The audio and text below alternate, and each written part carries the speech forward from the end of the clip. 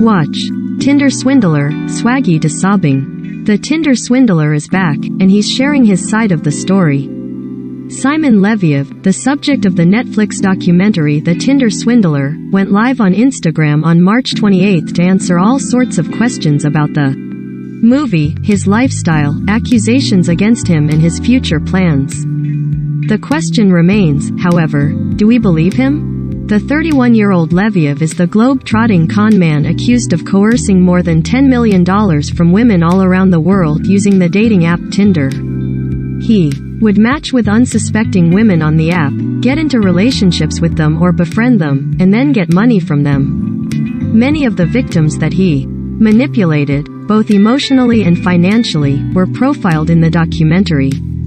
Leviev was arrested in Greece in 2019 after trying to use a fake passport.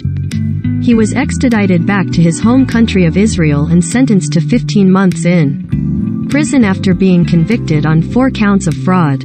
He was released in May 2020 after serving only 5 months. The Tinder Swindler was released on Netflix in February 2022, bringing Leviev's story, and larger-than-life personality, to the mainstream.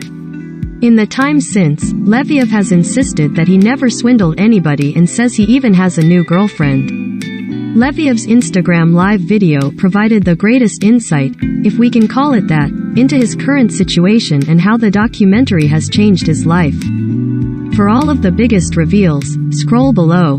He maintains his innocence. Leviev insisted that he never swindled anybody and, thanks to the Tinder Swindler, he's rolling in cash.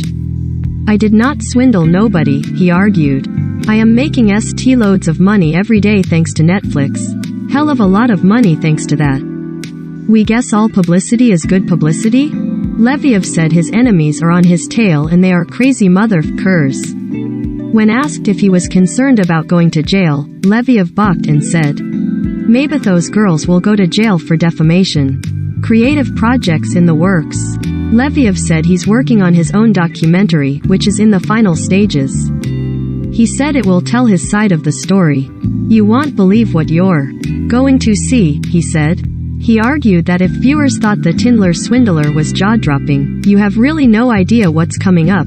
You're going to be shocked of your life seriously. In addition, he said he's currently waiting on his US visa. He currently lives in Tel Aviv, so he can record a song with French Montana, and maybe Snoop Dogg and 50 Cent. I have great things coming up very, very soon, he assured. Don't look for him on the apps. Leviev insisted that he's no longer on Tinder. He said he hasn't been on the dating app since 2018 and any profile using his photo is fake, adding that is nothing to do with me. He said he filed a police report against all of the fake accounts.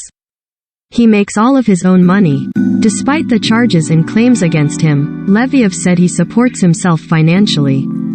He credits getting in on the ground floor of Bitcoin for much of it. This is how you make the money in places that people don't want to touch, he noted. If I believe in it, I am going for it. He even went so far as to flaunt his wealth, saying that his clothes and watches are worth thousands of dollars. My security for a month cost more than they say what I took allegedly, he claimed. He's not scared of prison. Despite the fury of activity and allegations surrounding him, Leviev insisted he's not worried. I am not in prison and I am not going to be in prison, he said bluntly. He alleged that the police are actively helping him along the way and the women featured in the Tinder Swindler are lame and got millions from Netflix. Leviev said over 100 million people watched the documentary, which seemed to make him very proud.